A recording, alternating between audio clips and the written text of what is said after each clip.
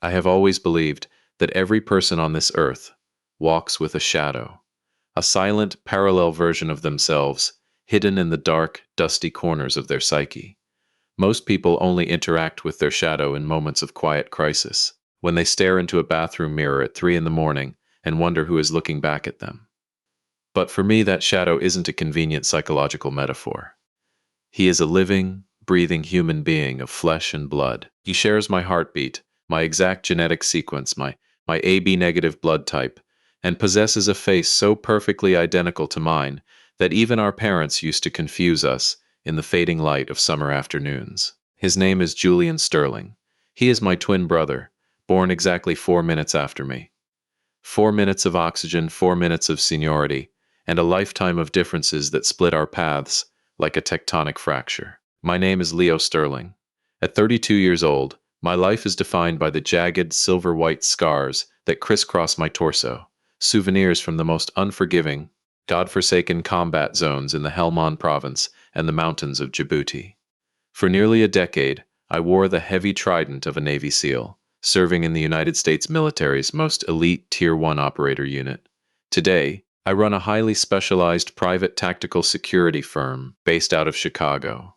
I live in a world of controlled violence, of executive protection detail, of counter-surveillance, and of absolute, unforgiving vigilance. I have been trained by the best instructors the government could buy to view the world through the cold, mechanical lens of a predator. I do not feel fear, I do not panic, and I never, under any circumstances, let emotion compromise my operational parameters.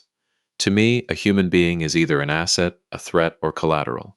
Julian, on the other hand, was born with the soul of an artist. He is a brilliant, award-winning architect, a gentle and highly sensitive man who lives his life among watercolor blueprints, structural curves, and romantic, sustainable designs in Boston. He abhors violence in any form. He is the kind of man who would step aside to avoid crushing an ant on the sidewalk, a pure soul who has always insisted on looking at the world through a naive lens of inherent human goodness. When our parents perished in a sudden, catastrophic private plane crash over the Rocky Mountains, 10 years ago, Julian inherited the keys to the kingdom. Sterling Design, the architectural empire our father built from the ground up, valued at over $500 million. Along with the company came the family's historic colonial estate in Wellesley, Massachusetts, a sprawling 5-acre property surrounded by ancient oaks and iron gates. I, however, wanted no part of the inheritance. I signed over every single penny of my share of the estate to Julian, packed a single black canvas tactical duffel bag, and marched straight into the Navy recruitment office. I chose the dust, the blood, and the raw, honest survival of the battlefield. Julian chose the high society galleries, the charity galas, and the fragile, polite whispers of New England's old money elite. Our relationship, once unbreakable, began to fracture 3 years ago. That was the year Julian met and married Chloe Vance. Chloe was the crown jewel of a prominent, old-money Boston Brahmin family whose social prestige was legendary, even if their actual bank accounts had been quietly bleeding dry for a decade. I still remember the first time I met Chloe. It was at their lavish engagement party, held at an ultra-exclusive yacht club along the Charles River. She stood there in a white silk Vera Wang gown, her laughter chiming like expensive crystal, her fingers wrapped around a glass of vintage Bollinger. But when she looked at my brother, I didn't see love. As a sniper, I am trained to read facial microexpressions, to look past the social mask. In Chloe's eyes, I saw only the cold, calculated calculation of a wolf sizing up a particularly plump sheep. She didn't want Julian. She wanted the sterling treasury to bail out her family's failing real estate investments. I pulled Julian aside on the balcony that very night, the cool river breeze rustling my dress uniform. "She didn't marry you for who you are, Julian," I told him bluntly, my voice carrying the hard edge of the military. "She married you to swallow you and Sterling Design whole. She is a predator. If you don't build a wall around your assets, she will bleed you dry." But Julian, blinded by the dizzying, intoxicating rush of his first real love, reacted with defensive, childish anger.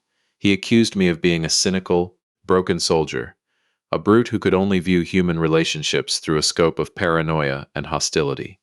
He told me I was jealous of his happiness. That was the last real conversation we ever had. Within 6 months, Chloe had systematically isolated him, blockading his phone lines, deleting my emails before he could read them, and painting me as a dangerous, unstable black sheep. She cut him off from the only family member who could see through her veneer. For nearly 3 years, there was only silence. Until a rainy Wednesday night in mid-July, Chicago was taking a brutal beating from a savage summer storm, rolling off Lake Michigan.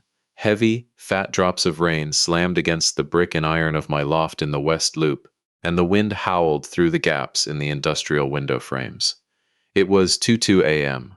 I was sitting under the harsh white glare of a desk lamp, meticulously cleaning my disassembled M40 sniper rifle. The rhythmic, familiar metallic clicks of the bolt-action assembly were the only sound in the room. Suddenly, my encrypted satellite phone, a heavy, military-grade block of black plastic, began to vibrate on the steel workbench. The screen lit up, displaying a heavily routed, unlisted number with a Boston area code. My survival instincts, honed by years in hostile territory, flared instantly. I dropped the rifle bolt, picked up the phone, and swiped the screen. "Leo, is that you? Please, tell me it's you." The voice on the other end was a ragged, breathless whisper, so thin and fragile it sounded like dry autumn leaves scraping across concrete. It was Julian. But the warm, confident, and melodious voice of my brother was entirely gone. In its place was a high-pitched, trembling rasp, punctuated by rapid, shallow wheezes of intense physical pain. "Julian, what's going on? Where are you?" I stood up so fast my steel chair scraped violently against the concrete floor.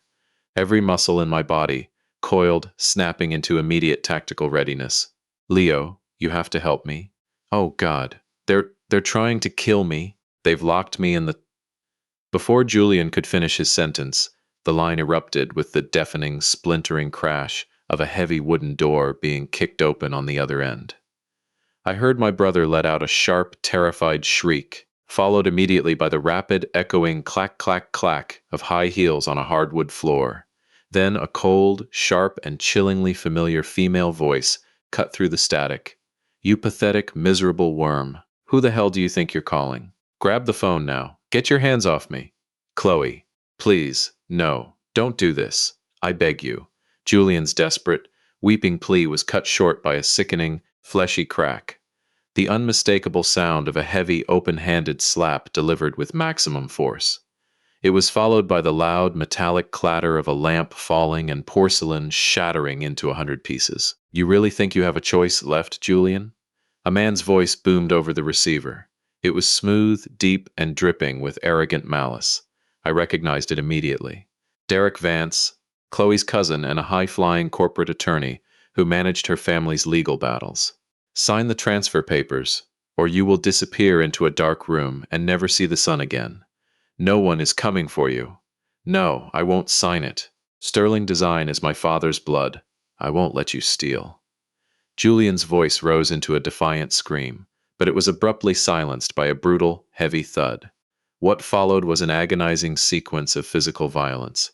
The rhythmic, sickening thuds of heavy boots and fists striking soft tissue, the shattering of furniture, and the gut-wrenching, breathless groans of my brother as they beat him to the floor.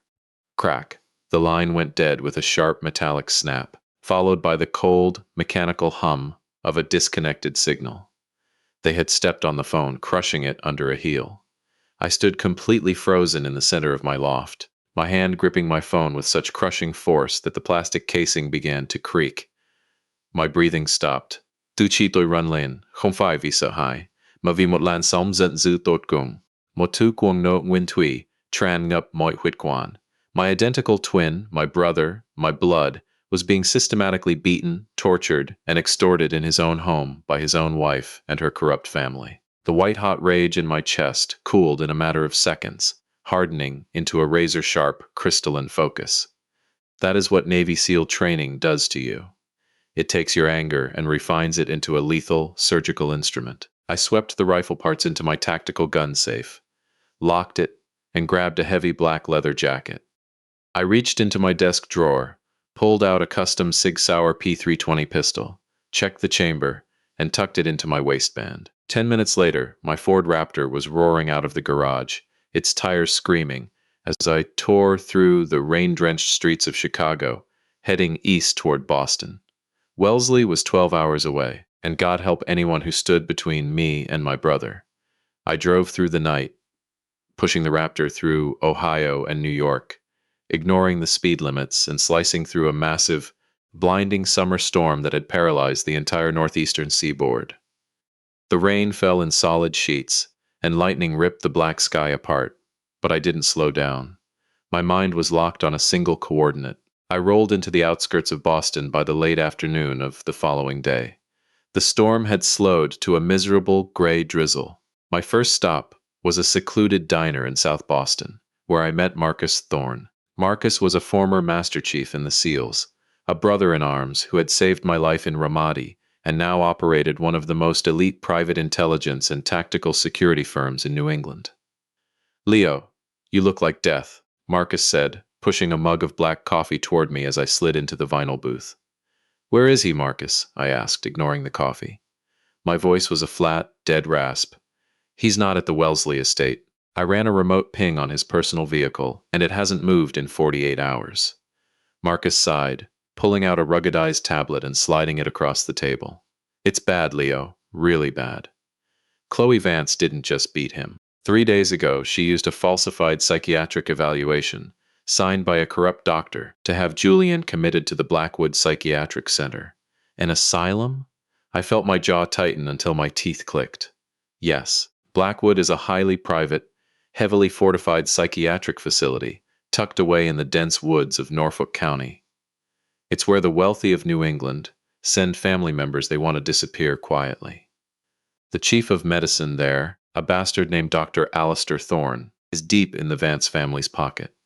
Julian is being held under a code-red isolation order. They claim he is highly psychotic, delusional, and actively suicidal. No visitors, no phone calls, no legal representation. He is completely off the grid. They're trying to break him mentally so he'll sign over the power of attorney, I muttered, analyzing the situation. If he signs, they control Sterling Design and all its assets legally. Once they have that, Julian becomes collateral damage. A tragic suicide in a padded cell. Exactly, Marcus nodded grimly. And because it's a private medical facility under strict quarantine laws, we can't just get a court order. Especially not with Derek Vance pulling strings in the local judiciary. "I don't plan on using a court order," I said, sliding the tablet back to him. "Give me the security layout, the guard rotations, and the camera blind spots. I'm breaking him out tonight." Blackwood Psychiatric Center looked like something out of a horror film. It was a massive, imposing 19th century Gothic structure, built of dark red brick and gray granite, looming over the surrounding pine forests. The entire compound was enclosed by a 10-foot-high brick wall topped with active razor wire and a state-of-the-art thermal imaging security system. But to a man who had breached guarded military compounds in Pakistan, Blackwood's security was amateur hour. As I surveyed the perimeter from a tree line 200 yards away, I felt the familiar chill of combat focus settling over me. I recalled why I had chosen the military in the first place, to distance myself from the fragile, polite lies of high society. But now, that training was the only thing that could save the person who represented my only real tie to humanity. I checked my gear, silent zip ties, the jammer, infrared night vision goggles, and my tactical blade. At 1:30 a.m., dressed in black tactical gear and carrying a localized radio jammer, I slipped through the shadow of the dense pines. I activated the jammer, blinding the thermal cameras in Section 4 for exactly 90 seconds. I scaled the brick wall with a silent, high-tension climbing rope, dropped onto the manicured lawn, and moved toward Building B, the high-security wing. I bypassed the electronic lock on the side entrance using a specialized digital decoder Marcus had provided. The door clicked open with a soft, pneumatic hiss. The interior of the facility was clinical, cold, and smelled of heavy industrial bleach and underlying rot.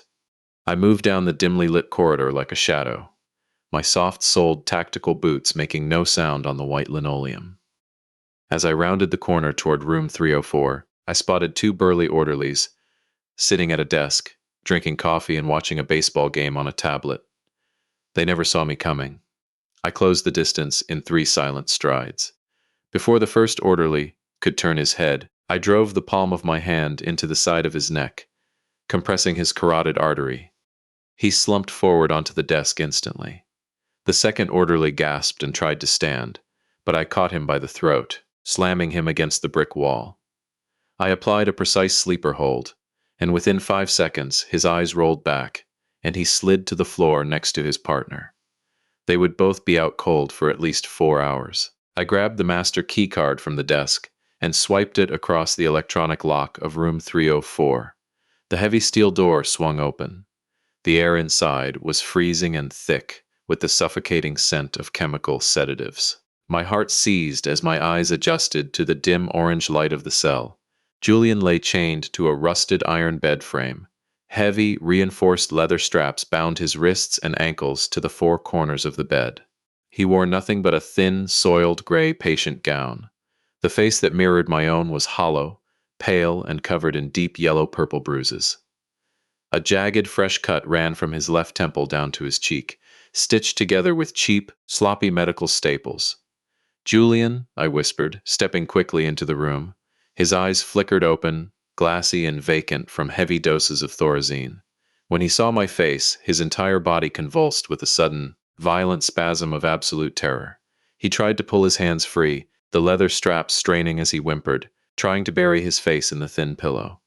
"No, please, don't do it again. I'll sign the papers. Just don't use the cattle prod, please." Hearing my brother, a brilliant gentleman, begging for mercy in a dark cell broke something vital inside me. The last remnants of my patience evaporated. I knelt beside the bed, pinning his trembling shoulders gently to the mattress, and spoke in the low, authoritative tone we used in the team. "Julian, look at me, look at my face. It's me, Leo. Your brother is here." Julian's whimpering stopped. His dilated pupils slowly focused on my eyes. He looked at my jaw, finding the small V-shaped scar just below my chin, the result of a childhood accident when we fell from an apple tree. It was the only physical mark that distinguished us. A single hot tear rolled down his bruised cheek. "Leo, is it really you? You came back. I thought I was going to die here. I'm here, Julian, and nobody is going to hurt you ever again." I pulled my combat knife from my belt and sliced through the thick leather restraints in 4 quick, precise strokes. I lifted his frail, exhausted body onto my back. Slipping out through the service door, we melted into the dark, rain-soaked woods of Massachusetts. The storm was still howling, but as I carried my brother to safety, I knew that the storm was about to follow me right back to the Vance family's doorstep. I drove Julian to a secure brick townhouse in Charlestown that Marcus had rented under a false corporate name. It was a quiet, historic neighborhood, far removed from the glitz and glamour of the Boston elite. For the next 24 hours, I took care of him. I cleaned his wounds, pulled out the cheap staples from his face, and administered a hydration IV with a heavy dose of vitamins to flush the chemical sedatives from his system. By Friday afternoon, Julian was sitting upright on the sofa, a warm blanket wrapped around his thin shoulders, his hands shaking slightly as he held a mug of tea. The color was slowly returning to his face, but his eyes were still haunted. He described in painful, grueling detail how Chloe and Derek had spent months planning this. "It started with little things, Leo," Julian said, his eyes staring blankly at the steaming tea. "Chloe would tell me I was misplacing things. I'd leave my keys on the counter, and she'd hide them, then accuse me of losing my mind. She deleted design appointments from my digital calendar and made me believe I was suffering from early-onset dementia. It was a slow, toxic dripping of lies, designed to destroy my confidence. I began to doubt my own senses. I believed her. I actually went to see a neurologist she recommended, who I now realize was also on her family's payroll." He took a slow sip, his throat clicking. "Then, when I finally discovered the massive discrepancies in our corporate ledger, over $80 million systematically funneled into offshore shell companies managed by Derek, I confronted her. That's when the mask fell off completely. There was no more sweet, loving wife. There was only a cold-blooded sociopath. She laughed in my face, Leo. She told me I was a weak, useless artist who didn't deserve my father's empire. And Derek? I asked, my voice flat, cold, and quiet. Derek came that night with 3 men from the South Boston waterfront. Julian whispered, a visible shudder racking his spine. They locked me in the wine cellar. For 3 days, they starved me, beat me with leather straps, and burned me with cigarettes. Every few hours, Chloe would walk down in her designer dress, step on my face with her high heels, and tell me she'd let me out the moment I signed the transfer papers. When she realized I wouldn't break, she brought in Dr. Alistair Thorne. They drugged me, put me in the back of an ambulance, and shipped me to Blackwood. They were going to force me to sign the power of attorney next week, and then Alistair was going to administer a lethal dose of potassium chloride and write it off as a tragic suicide of a manic-depressive patient. I stood by the window, watching the gray rain fall over the Charlestown rooftops. The anger in my chest was no longer a hot flame. It had cooled into a hard, crystalline block of absolute tactical focus. They think you are still in that padded cell, Julian, I said, turning to face him. They think you are broken, drugged, and helpless. They have no idea I am in Boston. And they have no idea what a Navy SEAL is capable of when someone hurts his family. What can we do, Leo? Julian asked, his voice cracking with despair. We can't go to the police. Derek has the local police chief and several state judges on his payroll. If we file a report, the paperwork will disappear, and I'll end up back in Blackwood before the week is over. We don't need the police. I walked over to the table and picked up a pair of thin, wire-rimmed glasses, an exact duplicate of the ones Julian had worn for years. We are going to play a game. You are going to stay here, under Marcus's protection, and recover your strength. And I am going to go back to Wellesley. Julian gasped, his eyes widening in shock. You want to take my place in that house? With Chloe? We are identical, Julian. Our voice patterns are a perfect match, and our biometrics are identical. I have spent the last 24 hours studying your posture, your speech, your hesitant mannerisms, and the way you walk. I can play the role of a broken, submissive husband perfectly. I will give them the victim they expect, right until the moment I tear their world apart. I walked into the bathroom, picked up a razor, and shaved my rugged beard, leaving my face completely clean. I cut my hair to match his neat, academic style. I walked out wearing a soft, beige cashmere sweater and Julian's glasses. I looked into the mirror. The battle-hardened Navy SEAL had vanished. In his place stood Julian Sterling, the brilliant, gentle architect. I am going back into that den of vipers, I said, my voice dropping into Julian's soft, slightly hesitant cadence, and I am going to let them believe they still have you under their thumb. Until I systematically dismantle their lives, piece by piece. The shadow had stepped into the light, and the hunt had officially begun. The Sterling estate in Wellesley was a monument to old money arrogance. It was a massive 3-story colonial mansion, built of red brick and white stone, set back behind high iron gates, and a perfectly manicured lawn. I arrived in a local yellow cab, playing the part of an escaped, terrified patient. I had dirtied my clothes, scuffed my shoes, and walked with a pronounced, hesitant limp as I approached the grand front doors. I unlocked the door with Julian's key and stepped into the grand foyer. The air was thick with the scent of expensive lavender oil and mahogany. What in the world? A sharp, panicked voice echoed from the grand staircase. Chloe Vance stood on the landing, wearing a silk emerald robe, a glass of wine in her hand. Her face twisted from initial shock to absolute, venomous fury as she ran down the stairs, her heels clicking loudly on the marble floor. How on earth did you get out of Blackwood, Julian? She hissed, her eyes darting around the foyer to see if anyone was with me. You pathetic, miserable little rat, did you escape? Chloe. Please, I whimpered, lowering my head and letting my shoulders slump. I made my hands tremble as I reached out toward her, playing the part of a broken victim. The guards, they were asleep. I ran. I just wanted to come home. I'm sorry. I'll do whatever you want. I'll sign the papers. Just please don't send me back to that place. She stared at me, her lips curling into a sneer of pure, unadulterated disgust. You think you can just walk back in here? You are a certified lunatic, Julian. You belong in a padded cell. She raised her right hand, her heavy 3-carat diamond ring catching the light, and swung a vicious, backhanded slap aimed directly at my face. This was clearly a routine for her. A physical punctuation to her absolute dominance over my brother. In my mind, my tactical training calculated the trajectory of her hand in milliseconds. I could have broken her wrist, dislocated her shoulder, and swept her to the floor before her hand even crossed the midpoint. But I had to play the victim. At the very last second, I caught her wrist. I didn't do it with a defensive flinch. I did it with the solid, immovable grip of a Navy SEAL. My fingers clamped around her delicate wrist like a vice.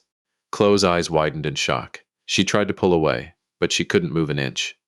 The sneer vanished from her face, replaced by a sudden, sharp gasp of pain as my grip tightened just enough to let her feel the raw, crushing power beneath my palm. "Julian, let go of me. You're hurting me," she gasped, her voice losing its icy composure. "I'm sorry, Chloe," I said, my voice still carrying Julian's soft, trembling tone, but my eyes remained dead, cold, and fixed on hers. I let a tiny sliver of my true nature slip through the glass lenses of my spectacles. "I don't want to hurt you.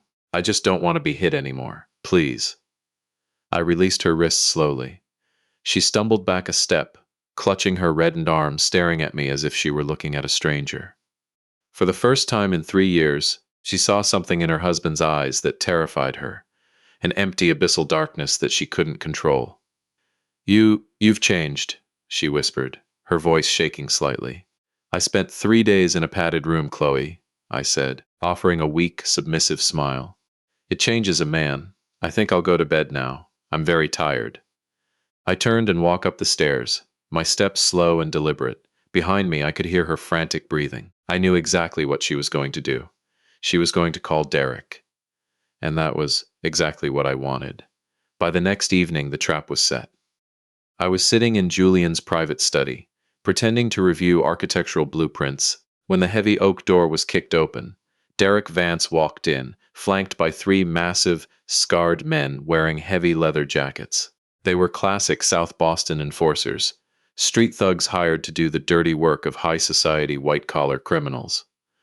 Well, the runaway bridegroom returns," Derek sneered, loosening his silk tie as he walked over to the mahogany desk.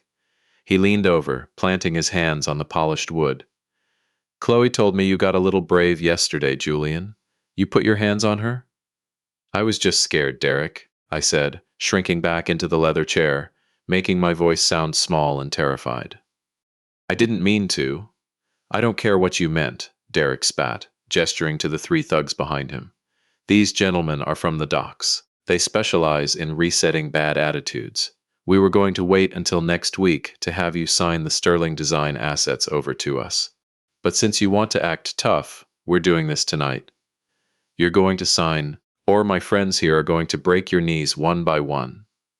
One of the thugs, a massive brute with a shaved head and a broken nose, stepped forward, pulling a heavy steel crowbar from under his coat. He tapped it against his palm with a sickening rhythmic clang. "Please, don't," I whimpered, slowly standing up from the chair. I took off my wire-rimmed glasses and placed them gently on the desk. "Sign the papers, Julian," Derek demanded, tossing a thick legal document onto the desk. I took a deep breath. I stood up straight. The slouch in my shoulders vanished, my chest expanded, and my posture locked into the imposing, lethal frame of a Tier 1 operator. I looked directly at the 3 thugs, then at Derek. My voice dropped its soft cadence, replaced by the deep, terrifying baritone of Leo Sterling. "I have a counteroffer," I said, a cold, humorless smile playing on my lips. "You and your friends leave this house right now, and I let you walk out on your own 2 feet. Derek blinked, utterly confused by the sudden transformation. "What the hell are you talking about?" "Cut the crap! Get him!" The brute with the crowbar lunged first, swinging the heavy iron bar directly at my skull. I didn't flinch. I stepped inside his guard, my left hand jamming his forearm to redirect the strike. At the same time, I drove my right palm upward into his chin, a devastating chin jab that rattled his brain against his skull. Before he could fall, I grabbed his wrist, twisted his arm, and drove his shoulder out of its socket with a sickening pop. The crowbar clattered to the floor, and the giant collapsed, groaning in agony. The other two thugs froze for a fraction of a second, shocked by the lightning-fast takedown. That second was all I needed. I snatched the crowbar from the floor. I swept the leg of the second thug, sending him crashing onto the hardwood floor, and brought the iron bar down hard on his kneecap. A high-pitched scream of agony echoed through the study. The third thug turned to run for the door. But I caught him by the collar of his leather jacket, threw him against the heavy bookshelves, and delivered a precise crushing strike to his solar plexus. He fell to his knees, gasping for air, completely neutralized. The entire altercation had taken less than 10 seconds. I stood in the center of the room, holding the crowbar, my breathing perfectly controlled. I turned my gaze to Derek Vance, who was now backed against the wall, his face the color of sour milk, his knees knocking together in sheer terror. You're not Julian," Derek stammered, his voice cracking, as he looked at the three unconscious men on the floor. "Who the hell are you?" I walked over to the desk, picked up my brother's glasses, and slipped them back on. I leaned in close to Derek, the cold steel of the crowbar lightly tapping against his expensive Italian leather shoes. "I'm the shadow you should have never crossed," I whispered. "And this is only the first chapter of your ruin. If you say a single word to Chloe, I'll make sure they never find what's left of you." I didn't hand Derek over to the police that night. Instead, I made him clean up his mess. He and his shivering enforcers dragged themselves out of the estate, carrying their broken bones and bruised egos with them. I warned Derek that if he uttered a single word to Chloe about who I really was, my next visit would not be non-lethal. He was a coward at heart. He kept his mouth shut, terrified for his life. Now, it was time to turn the screws on Chloe.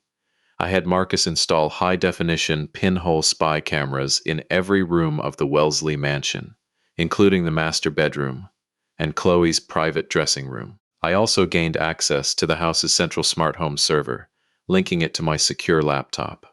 Over the next 3 days, I orchestrated a systematic campaign of psychological warfare that would make Chloe question her own sanity. A taste of the medicine she had fed my brother for years. It started with small things. Chloe would leave her expensive Cartier watch on her nightstand. When she returned, it would be gone, only to reappear hours later inside her locked jewelry box. She would find her favorite silk dresses slashed to ribbons inside her closet, with a single handwritten note left on the hanger. A beautiful dress for a beautiful monster. She grew paranoid, accusing the house staff of stealing, firing 2 maids in a fit of hysterical rage. But the real terror began at night. At 3 a.m. on Monday, the temperature in the master bedroom suddenly plunged. The smart home system had set the AC to a freezing 50 degrees. Chloe woke up shivering, reaching for her robe, when the massive 80-inch television at the foot of her bed flickered to life. The screen didn't show cable. It displayed a grainy, black and white video feed of her own bedroom. Specifically, a live shot of her sitting in bed, looking at the television. She gasped, throwing her hands over her mouth, realizing someone was watching her in real time. Then, the audio system activated. A low, distorted voice, a perfect AI-cloned replica of Julian's voice, whispered from the surround sound speakers. "Do you like the cold, Chloe? It's much colder in the cellar where you kept me. I can still feel the damp stone. I can still feel your heels on my chest." "Julian, stop it! Where are you?" Chloe screamed into the empty room, her eyes darting frantically to the dark corners of the ceiling. "Derek, help me!" She grabbed her phone and dialed Derek's number, but the call was intercepted by my server. Instead of Derek, she heard the same cloned voice of her husband. "Derek can't help you, my love. He's too busy trying to figure out where his $80 million went." Chloe dropped the phone as if it were a burning coal. She curled into a ball on the bed, sobbing hysterically as the television screen began to loop a video of her and Derek kissing in the foyer. A video captured by my hidden cameras just days prior. Meanwhile, in his downtown Boston office, Derek Vance was facing his own financial apocalypse. Every single one of his offshore accounts in the Cayman Islands and Switzerland had been compromised. My security team, working with elite digital forensics experts, had identified the massive trail of embezzled funds Derek had stolen from Sterling Design over the past 2 years.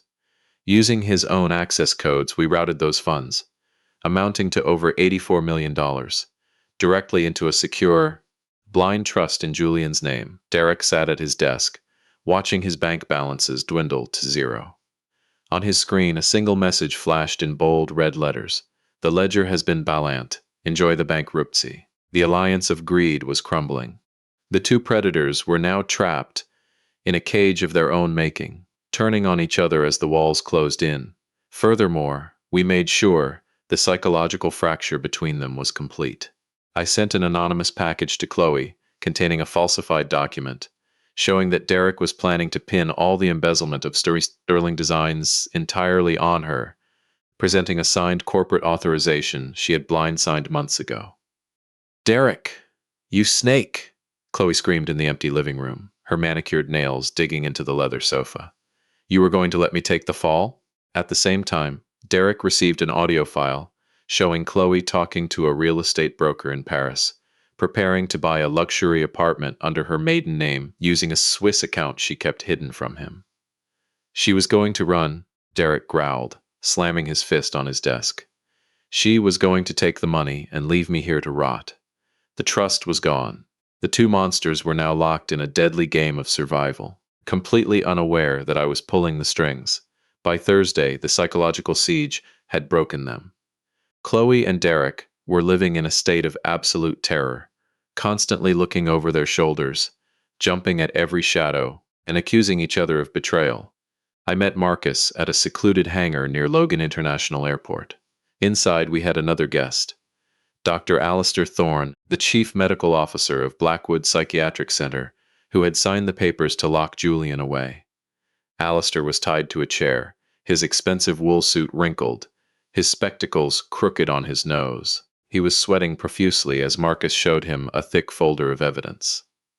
"Dr. Alistair," I said, stepping into the light, letting my voice carry the cold, clinical tone of an interrogator. "We have complete documentation of the $3 million in bribes you accepted from the Vance family over the past 5 years. We also have forensic evidence of the illegal medical experiments and forced sedations you performed on patients who were committed under false pretenses, including my brother." "This is kidnapping." "You can't do this," Alistair whimpered, trying to look brave. "We aren't kidnapping you, Doctor. We are offering you a plea bargain," I said, leaning down so my face was inches from his. "In exactly 24 hours, the FBI is going to raid Blackwood. You can either be the lead defendant in a federal conspiracy and human trafficking case, or you can be our star witness. You sign a full, sworn confession detailing Chloe and Derek's conspiracy to kidnap, torture, and illegally institutionalize Julian Sterling." Alistair looked at the folder, then at my dead, unblinking eyes. He knew he was looking at a man who could make him disappear without a trace. "I'll sign," he whispered, his spirit completely broken. "I'll tell them everything." "Excellent choice," I said, straightening up. I turned to Marcus. "Get this confession to the state attorney's office. Have the arrest warrants for Chloe Vance and Derek Vance drawn and signed by Judge Higgins. But tell the state police to hold off on the arrests." "Why the delay, Leo?" Marcus asked, a knowing smile playing on his lips. "Because tomorrow night is the annual Sterling Design Gala at the Ritz-Carlton, Boston," I said, my eyes gleaming with a savage satisfaction. "Chloe has planned a massive public announcement to celebrate the merger of Sterling Design with her family's shell company.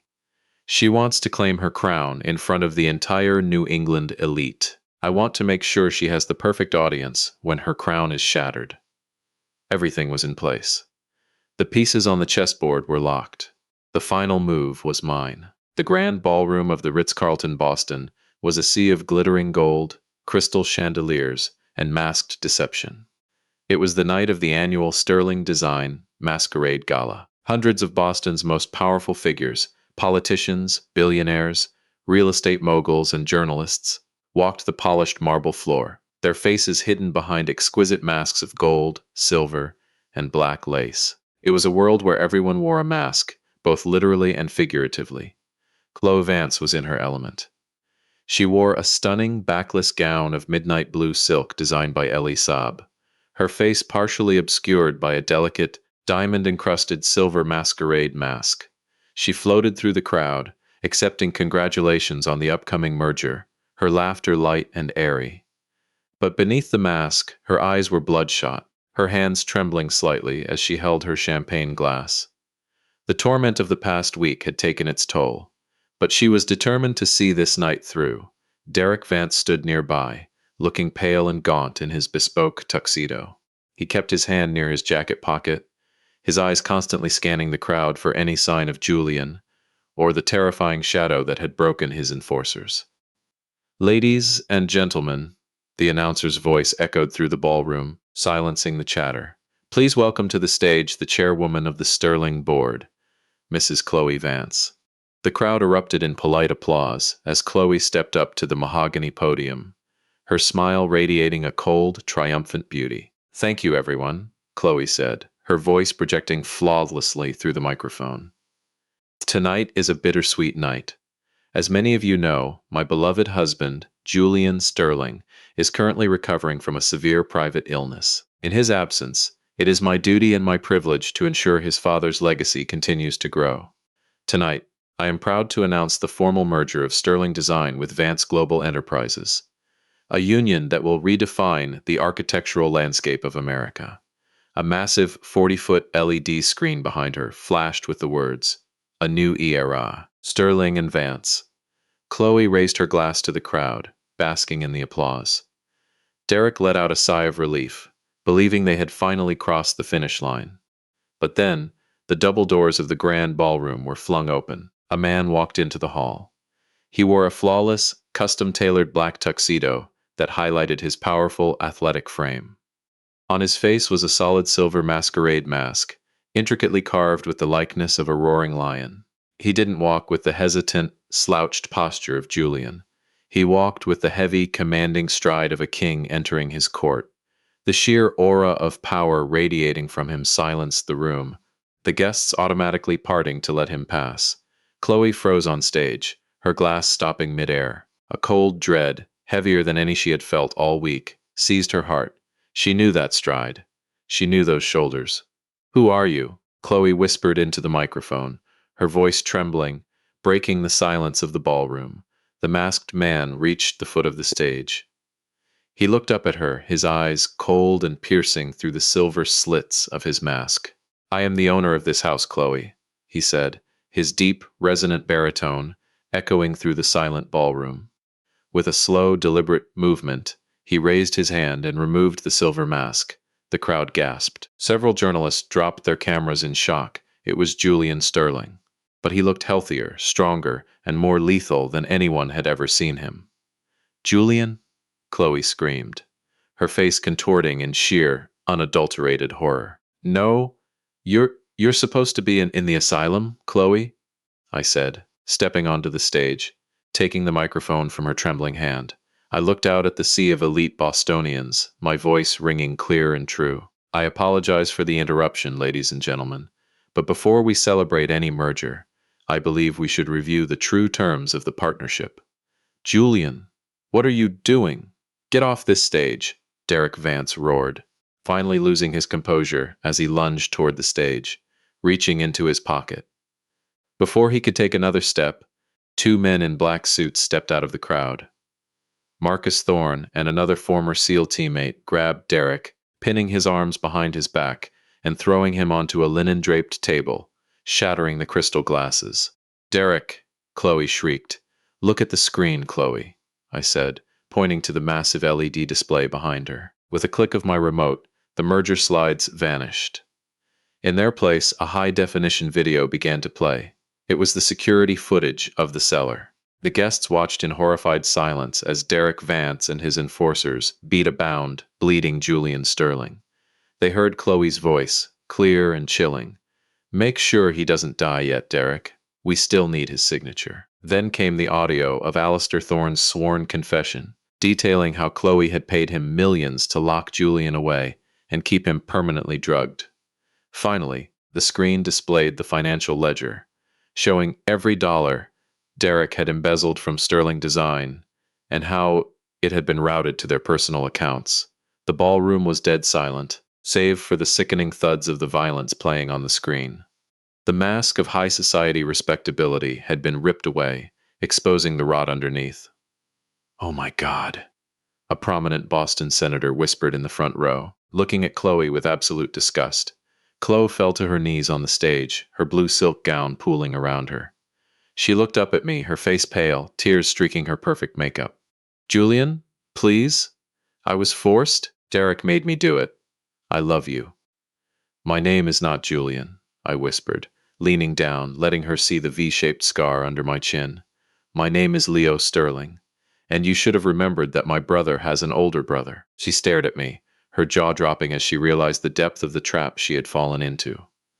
At that moment, the grand doors of the Ritz-Carlton ballroom opened once more. A dozen federal agents from the FBI and officers from the Boston Police Department marched into the room, their weapons holstered but their presence absolute.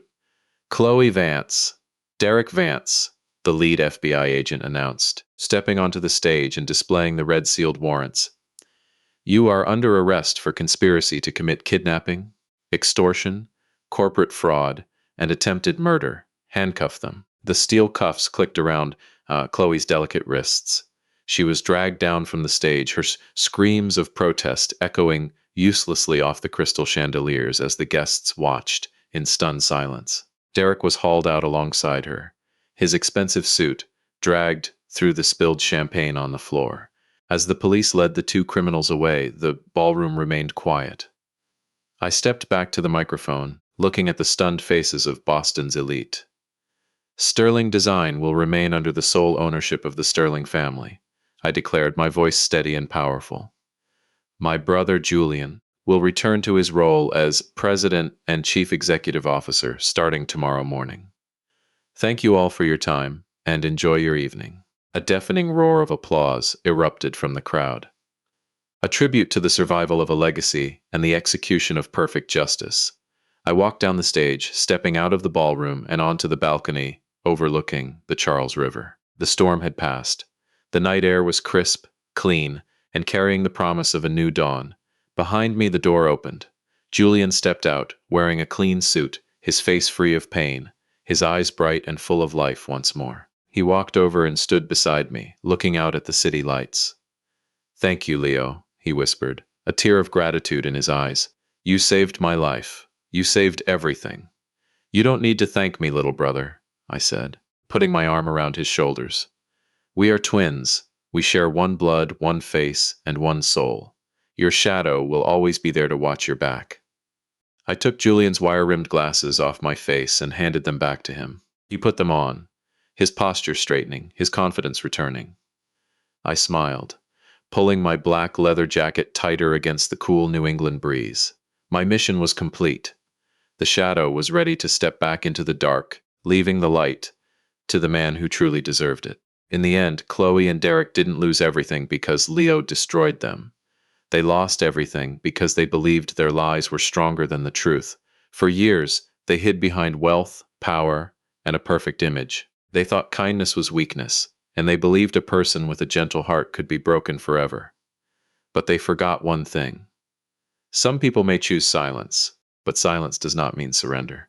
Sometimes, the quietest person in the room is the one who sees everything, remembers everything, and waits for the right moment to reveal the truth. Leo didn't just save his brother. He restored a legacy, exposed a betrayal, and proved that justice doesn't always arrive with a warning. Sometimes, it arrives quietly. Sometimes, it wears the face of the person they thought they had already defeated, because in the end, the greatest revenge isn't watching your enemies fall. It's standing tall when they realize they never truly had control over your life. What would you have done if you were in Leo's position? Would you have walked away, or would you have fought to protect your family? Share your thoughts in the comments below. And if you enjoy powerful stories of betrayal, hidden secrets, and unforgettable revenge, subscribe to Silent Reckoning, where every betrayal has a consequence, and every story reveals the truth.